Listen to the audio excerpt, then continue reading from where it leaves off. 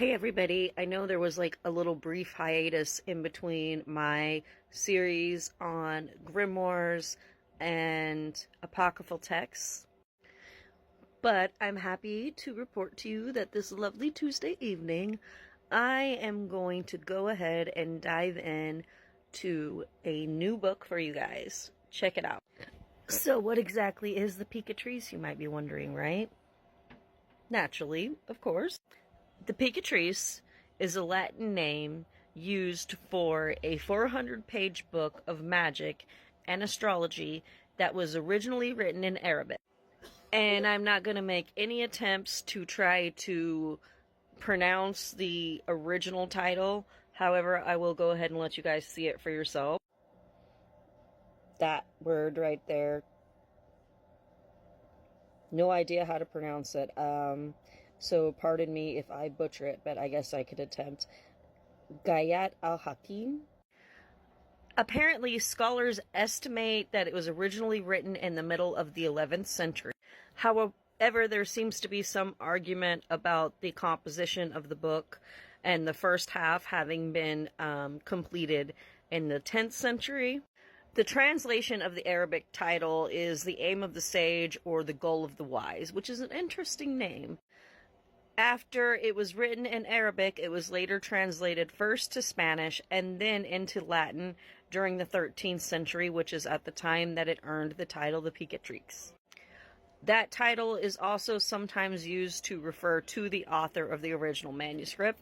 However, it is a composite book that synthesizes older works in magic and astrology. One of the most accurate, influential interpretations suggests that it could be regarded as a handbook of talismanic magic.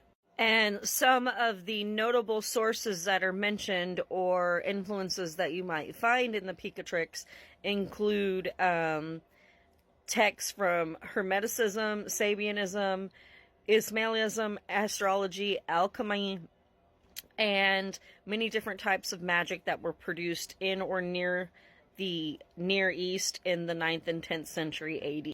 It has been declared that in reality the Latin version of the Picatrix is an indispensable book that is as indispensable as the Corpus Hermeticum or the writings of Albumasar for understanding a conspicuous part of the production of the Renaissance, including figurative art. This book has had a significant impact on Western European esotericism, So the work is divided into 4 books, which exhibit a marked absence of a systematic exposition.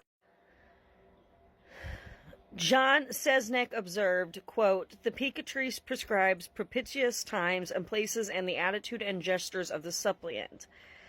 He also indicates what terms must be used in petitioning the stars." As an example, Sesnek then reproduces a prayer to Saturn from the work, noting that Fritz Saxel has pointed out that his invocation exhibits the accent and even the very terms of a Greek astrological prayer to Kronos. This one indication that the sources of Picatrice are in part, a large part, Hellenistic. And I'm going to read you a short little piece that can be found in the Picatrix. Well, I'm not going to read it to you out loud. I'm going to let you guys see it. Hold on just a moment. Right here.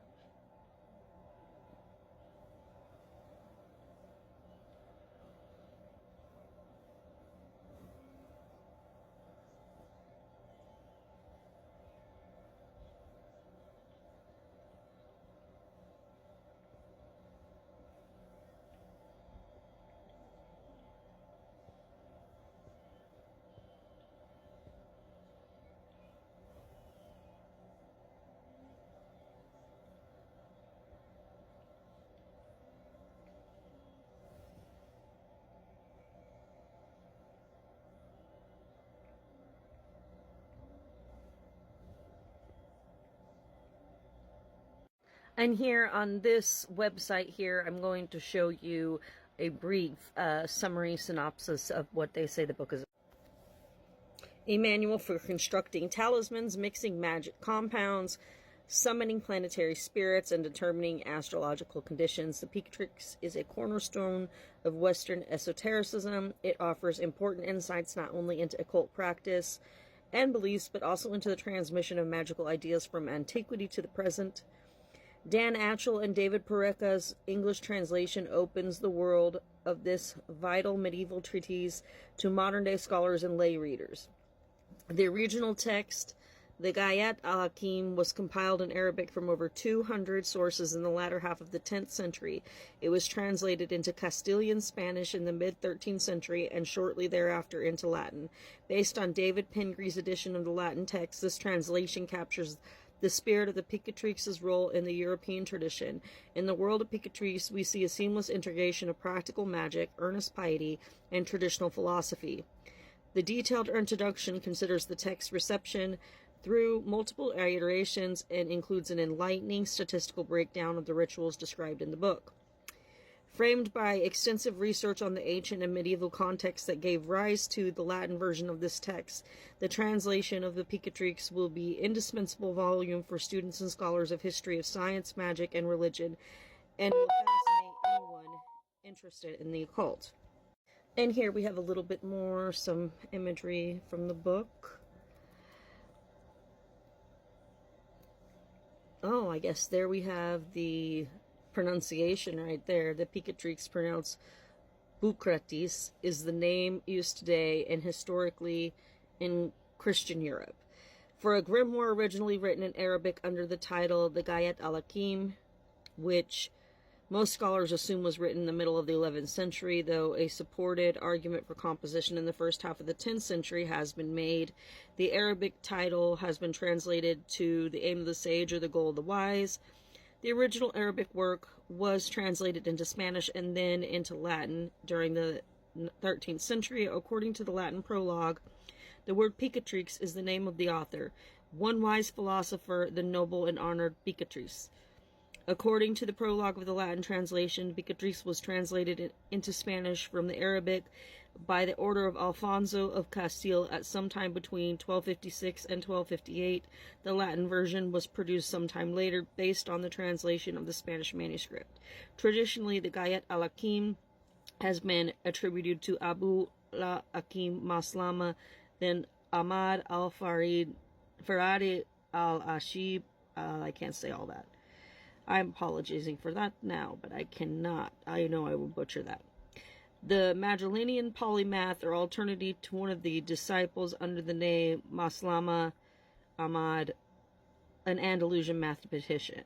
More recently, however, Maribel Fierro has argued for contributing the work to Al-Qurtubi, an attribution that is accepted as most plausible. The Spanish and Latin versions were the only ones known to Western scholars until Willem Prince discovered an Arabic version in or around 1920. So there are 4 books, like I was saying, and here are what some of the books contain.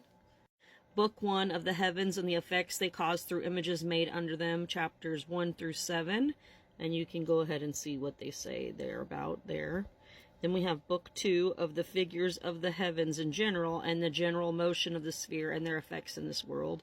That would be chapters 1 through, looks like 12. Then we have Book 3 of the Properties of the Planets and Signs and their figures and forms made in their colors and how one may speak with the spirits of the planets and many other magical workings.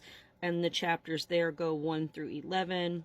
Then the 4th and final book is of the properties of spirits and those things that are necessary to observe in the most excellent art, and how they may be summoned with images, subjugations, and other things. And that goes through chapter 8.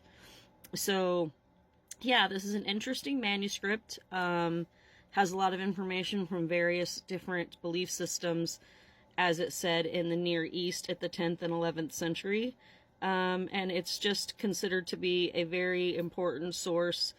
It's interesting and unique, though, as it said in this article here, having been a grimoire that was originally Arabic and then translated to Spanish, where it was introduced to Europe at that time.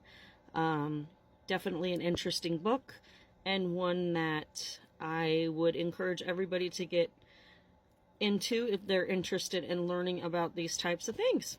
Anyways, until next time,